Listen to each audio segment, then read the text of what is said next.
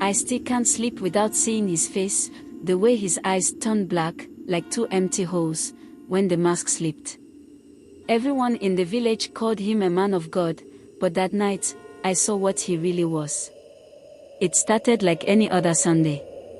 Pastor Ezekiel was preaching about fire and brimstone, his voice booming like thunder. People were crying, falling to their knees, shouting amen, like he was holding the keys to heaven. My mom dragged me to church every week, but I never liked him. There was something off about the way he smiled too wide, like he knew a secret no one else did. That night, my mom sent me to his house to drop off some food. She said it was a blessing to serve a man of God. I didn't want to go, but I couldn't say no. The path to his house was dark, lit only by the moon. The air felt heavy, like it was pressing down on me. When I got there, the door was slightly open. I knocked, but no one answered. I pushed it open and called out, "Pastor Ezekiel." That's when I heard it, a low, guttural sound coming from the back room. It didn't sound human.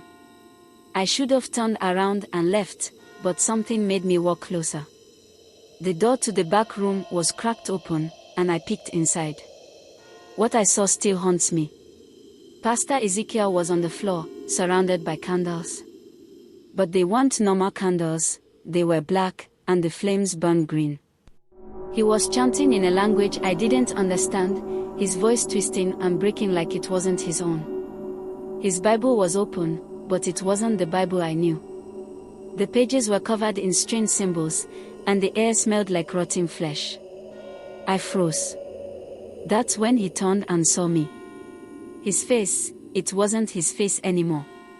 His eyes were completely black, and his skin looked like it was melting, like wax over a flame. He smiled, and his teeth were too sharp, too many. "Little lamb," he said, his voice echoing like it was coming from everywhere at once. "You weren't supposed to see this." I dropped the food and ran.